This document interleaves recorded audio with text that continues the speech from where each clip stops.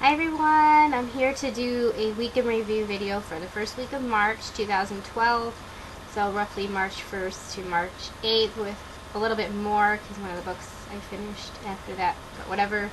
I realized with the amount of books that I read this week, if I continue to keep it up for the rest of the month, it's going to be way too much to squeeze in just a monthly video, so I thought I'd break it up again like I used to when I read more books last year, and do it in weekly bits. I'm just going to go through these in the order that I read them. First book is Fire Study by Marie V. Snyder. This is the last of the study series featuring Yelena Zaltana. As if you can remember from my previous videos, I highly enjoyed Poison Study. Really loved that book. Thought it was just totally original and had a lot of side characters who I really enjoyed. The second book, Magic Study, I found was still a good book, but not so great.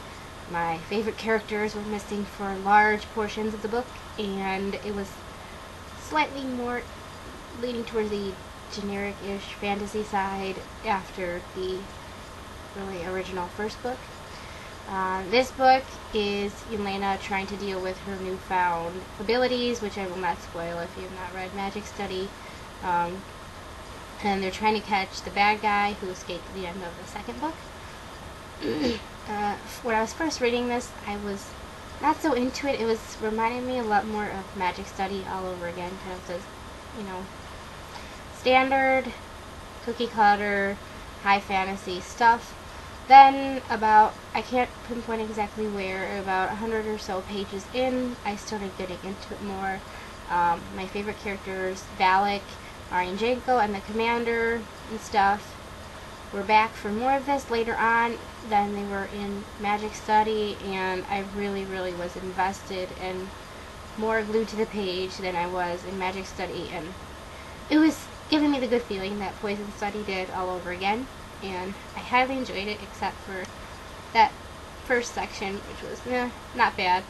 I give it a 4.5 out of 5 stars. Second book I have is Rampant by Diana Peterfreund. Love this book. It's only been a week, and I can tell this already. This is going to be probably my favorite book of the entire month, unless I can create something else to blow me away. Let's just say right now, 5 out of 5 for this.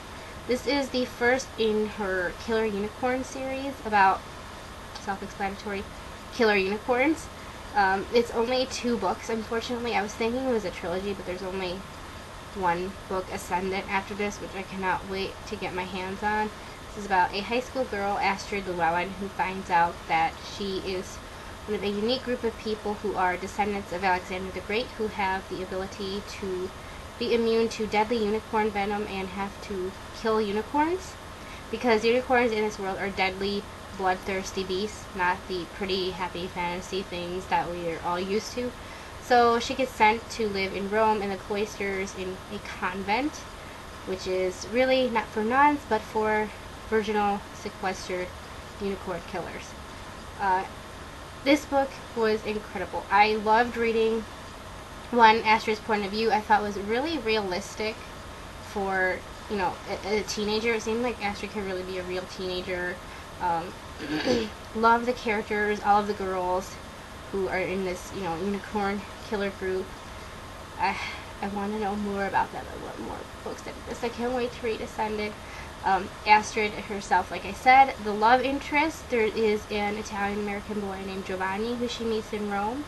I thought was quite a cool, realistic guy, not the typical love interest who would be in a romance book, like the jerk or mysterious boy or anything like that. He's just a cool guy. I just love this book, and it had a lot of action scenes in it where they're killing the unicorns, but not all of it was totally action filled. It is, I have to warn you, a bit gory. Some of the parts describing the brutalizing of killing the unicorns and the fights and stuff. If you're squeamish, they might get you a little bit. It's definitely for older YA readers. There's also kind of more mature themes dealing with sex, because all the unicorn killers have to remain virgins. There's discussions dealing with that. and Astrid possibly wanting to lose her virginity so she doesn't have to be a unicorn killer.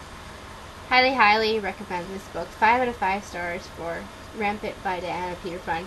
Go and buy it. Don't pay attention to this ugly color or the kind of like weird title of the series, Killer Unicorns. It's great.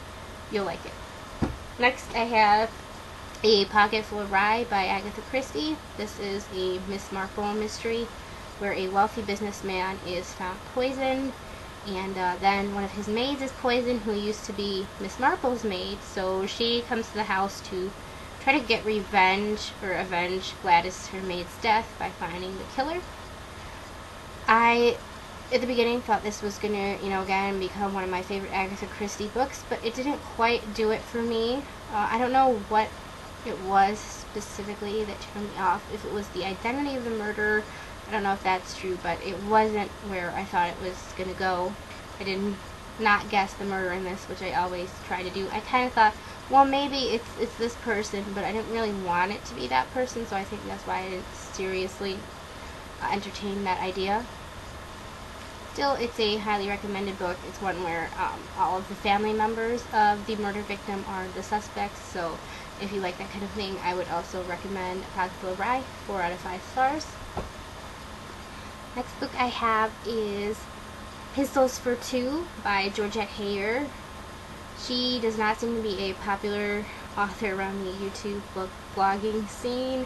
I have never actually seen anyone say anything about her on YouTube, but if you're not familiar with her, she is a Regency romance author who wrote around like the 1920s, 30s, up through the 70s to her death. This is a series of short stories which feature a lot of themes, kind of fragments of themes that she built upon more in her novels, and I highly adored each and every one of the stories in this book. They're just so charming and delightful is the word that I think best describes all of these stories, and just really cute and funny and charming, and I highly enjoyed it. It's one of my favorite Georgette books, I'd have to say. I didn't think I would like, just short stories this much, but I did. If you're a Jane Austen fan and you're thinking of trying something, a little bit similar but different, I would highly recommend Georgette to you. And I think Pistols for Two is a great place to start, because with each, short story, you get an idea of the kind of stuff that she writes about. 5 out of 5 stars for Pistols for Two. Next, I have Eyes Like Stars by Lisa Mantchev. First of all, I have to say I absolutely adore this cover and the covers to the rest of this series, which I have the second book, but not the third one. This is about a girl named Beatrice Shakespeare Smith, or Birdie as she's called, who lives in a magical theater where she was left there as a baby. In the theater, all the plays are magical and they are bound to the theater. I guess they're immortal and they just stack the plays over and over again, but they have their own personalities and are able to do stuff outside of the plays as well. This involves a love triangle where Birdie is torn between two guys. One of them is Nate, a pirate who is a minor character in the Little Mermaid play, and then Ariel, who is, I believe, an air spirit from A Midsummer Night's Dream, I think, by Shakespeare. I am not a big theater person, so I'm only vaguely familiar with Shakespeare's plays, and I've only read a few that I had to read in school. In this, Birdie is told at the beginning of the book that she will have to leave the theater because she's been causing too much trouble, so she has to find a way to make herself invaluable to the place so she can stay, because it's the only home she's ever known. In the meanwhile, a lot of the players actually want to leave the theater, so there's that, and then there's more to it going on than Birdie knows, and there's the whole love triangle as well. I don't know if I've said this before, but I'm really getting tired of the love triangle in YA trope. Really could do without it. That's why I think some of my favorite romances are the ones that don't involve love triangles. But I did think this one was interesting enough for what it was. I adored Nate, who is one of the love triangle characters. Absolutely loved him, and with his pirate talk and everything, I thought was hilarious, all the stuff that came out of his mouth. Birdie I thought was decent enough as a heroine. I really didn't love her. I thought she was fine. I didn't hate her or anything, but she didn't really stick out to me that much.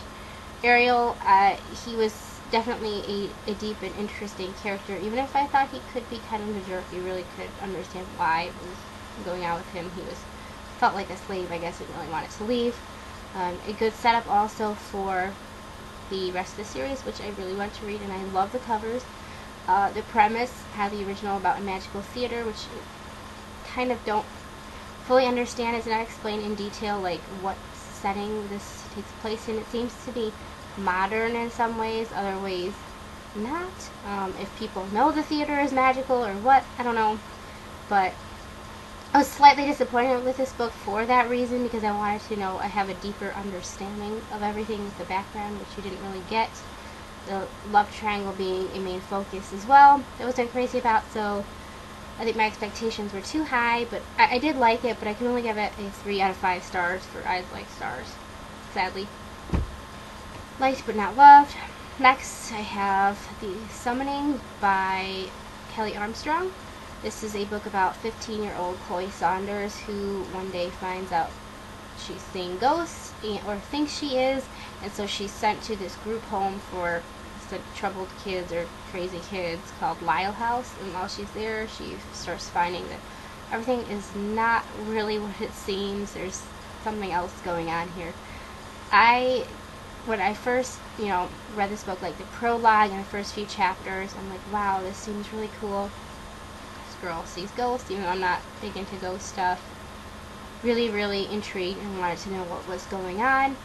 As it went through, though, even though I really did enjoy the book, my main criticism is that it seemed to be more set up than anything. Everything that went on seemed to be, really just to set up the later books, and I really did like everything that was going on, but I guess I was hoping for something maybe bigger. It just kind of ended as if, like, you gotta read the next book now. So that was a slight disappointment. 4 out of 5 stars for The Summoning. Really enjoyed it, though, and I definitely want to check out the rest of the series. My 7th and last book that I have is Destination Unknown by Agatha Christie. This is about a woman, Hilary Craven, who is traveling to Morocco, essentially to commit suicide. Her husband left her for another woman, and her only child has just died of meningitis, so she really feels like it's all over. While she's there, she's given an offer by I think it's a Secret Service agent, to impersonate another woman, Olive Betterton, who is the wife of a famous scientist with suspected communist leanings who has recently disappeared. They want her to try to find her husband and see what's going on. This is another spy thriller by Agatha Christie, which, as you may or may not know, I am not a big fan of. I prefer the classic standard whodunits, country house mystery, poisoning, stuff like that. Not anything with international goings-on and political secrets, intrigue, or anything like that. Even so, because of the different heroine in this, more of a jaded woman, not a young adventuress, I liked that aspect of it. It was also really different because there is no murder whatsoever in this book. Let's just get it out of the way. No murder occurs in this book. There may have been things in the past that went on, but there is no murder mystery in this. It wasn't bad for what it was, but I'm just not a spy thriller book kind of person, and I give this a 3 out of 5 stars. That wraps up my week in review. I hope you enjoyed watching this, and maybe check out some of the books that I liked, didn't like. If you have any similar different opinions, let me know. See you guys later.